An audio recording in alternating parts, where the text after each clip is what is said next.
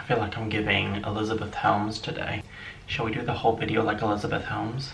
First they think you're crazy, then they fight you, and then all of a sudden you change the world. Hey guys, welcome back to another video. My name's Regan, and today I'm going to be talking about all of the books I'm going to be reading in February. Now, as you know, in January I kind of had a theme of dark academia, and for February I also have a theme, but it's kind of more loosey-goosey this time. With the last one, I feel like all of the books that I got were very like, they're the kind of books that are always associated with dark academia. Whereas, I suppose all of these are well-known romances. It's just one that's kind of like, I'm not 100% sure if it's a full romance, but without further ado, let's get into it. Alright, so we're starting off with Giovanni's Room by James Baldwin. This was published in 1956. This is about a young man who's living in Paris, a young American man who's living in Paris, and he gets engaged to this woman, but she goes away on a trip, and he basically has this affair with a man named Giovanni, and he has to deal with how he's kind of repressed his sexuality and exploring all that sort of stuff. And it's quite a short book, which is why I wanted to fit it in this month. I was like, well, it's only short, so I can get into it, but can we just talk about the size of this font? I don't know if it's picking up on camera. Look how tiny that is. Ew. Why the Bible font? Like, either way, it's a relatively short book, so I should be able to finish it relatively quickly. This has been on my TBR, like just general TBR, for like years at this point. I heard about this a long time ago and I've always wanted to read it. I've heard it's quite sad.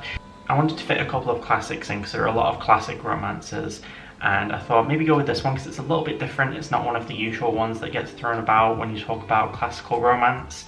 There is another classic on here that's a very like widely known romance, but yeah, this one's a little bit different. And next up, the other classic that I'm going to be reading for February is Jane Austen's Pride and Prejudice. And I feel like I don't really need to talk about this one that much because I'm pretty late to the party as far as people on YouTube who read a lot. Like, I feel like everybody and their grandmother's read this book. But if you don't know, it was published in 1813, and it's basically about a woman named Elizabeth who gets into a relationship with a man named Fitzwilliam Darcy, but to be fair, I've only ever heard him referred to as what? I've only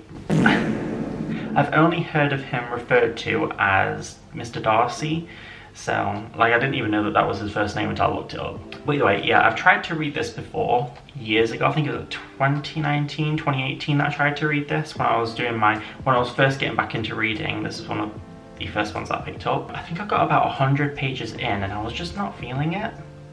Maybe I was just like kind of burnt out on classics, but I just found it a little bit boring when I first got into it. But I think now I've matured a little bit and I've read a lot of other classics and romance and all that sort of stuff. I feel like I should be able to get back into it, and I'll definitely finish it because the audiobook on Audible is free, and I like to listen to books when I'm walking to and from work. So I'm going to be physically reading it sometimes, but mostly I'm going to be listening to the audiobook. And next up, oh, this takes me back. If there's one thing you should know about me, right, it's that back in the day, as were I feel like a lot of people my age, I was a massive Twilight fan. Like I'm not even gonna act like I wasn't. I'm pretty sure I've already talked about the fact that I used to like Twilight, and I still do watch the films from time to time, like even though they are problematic and stupid and, you know, not the best.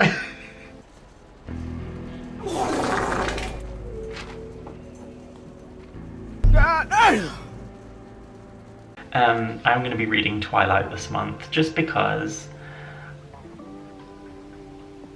as I say, I used to be a massive fan. I still do watch the films and like they're just very nostalgic. They're a vibe. I don't know what else to say. But I was like, you know what, I'll get the book. Since it's like romance month, and this is technically a romance even though it's, you know, a bit of a toxic relationship, I might as well give it a go. So Twilight is, if you don't know, written by Stephenie Meyer. It was published in 2005, and it's basically about a girl named Bella Swan who moves from Arizona to Forks, Washington, where it's like really rainy and dark and gloomy all the time. And she meets this mysterious boy named Edward Cullen, and he's part of this family that are all like foster kids, but they're all in a relationship. Which is off the bat, when you think about it, it's like, a little bit sussy, but okay. And then as the book goes on, she finds out that he's a vampire and his whole family are vampires, and she wants to become a vampire so she can be with him forever. And that's basically the gist of the story. There's like a group of vampires that are hunting them because, well, hunting Bella because she's a human and she knows about them, and they're like, ooh, fresh meat, let's cause drama. And then finally, this is the one that I was unsure about, and it's Young Mungo by Douglas Stewart. This was published last year, so in 2022, and I think it's a romance, but I'm not 100% sure. I'm going to read the blurb out to you actually, because I tried to look up a synopsis, but I wasn't really getting much like initially, so I was just like, you know, I'll just read the blurb since I've got it right here. Born under different stars, Protestant Mungo and Catholic James live in a hyper-masculine world. They are caught between two of Glasgow's housing estates, where young working class men divide themselves along sectarian lines and fight territorial battles for the sake of reputation. They should be sworn enemies if they're to be seen as men at all, and yet they become best friends as they find a sanctuary in the Yukon that James has built for his prize racing birds.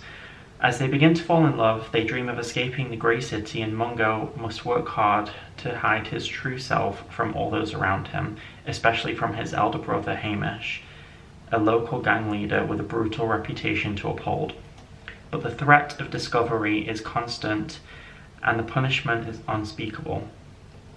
When Mungo's mother sends him on a fishing trip to a loch in western Scotland with two strange men behind whose drunken banter lie murky pasts, he needs to summon all his inner strength and courage to get back to a place of safety, a place where he and James might still have a future. Okay, so it seems like it's a little bit of a romance. I think it's going to be more of a like drama, contemporary sort of story rather than like a full-on like typical romance, but I think it's different from the other books that I read, and that's kind of what I like to do when I do these themes for the month. Is I don't want to read books that all feel very similar. I want books that all feel quite different, take place at different times, have different stories, have a different like tone and vibe and different kinds of characters, just so it doesn't feel too samey. So I think that fits the criteria for this. Oh, but that's everything. These are all the books I'm going to be reading in February. I was also going to read Heartstopper Volume 5 because I thought that that was coming out in February, and it still says everywhere that it's coming out February 2nd, but there's absolutely no way that that's going to happen because there's no pre-orders. I've not heard anything about it, so whether or not it's going to get published on the 2nd of February, who knows. If it does, then I'll pick it up in February, but if not, I'll leave it until when it comes out. But yeah, that's going to be everything for this video, you guys. I hope you enjoyed. If you did, please leave a like, and if you haven't already, please subscribe if you want to, and I will see you in the next video. Bye!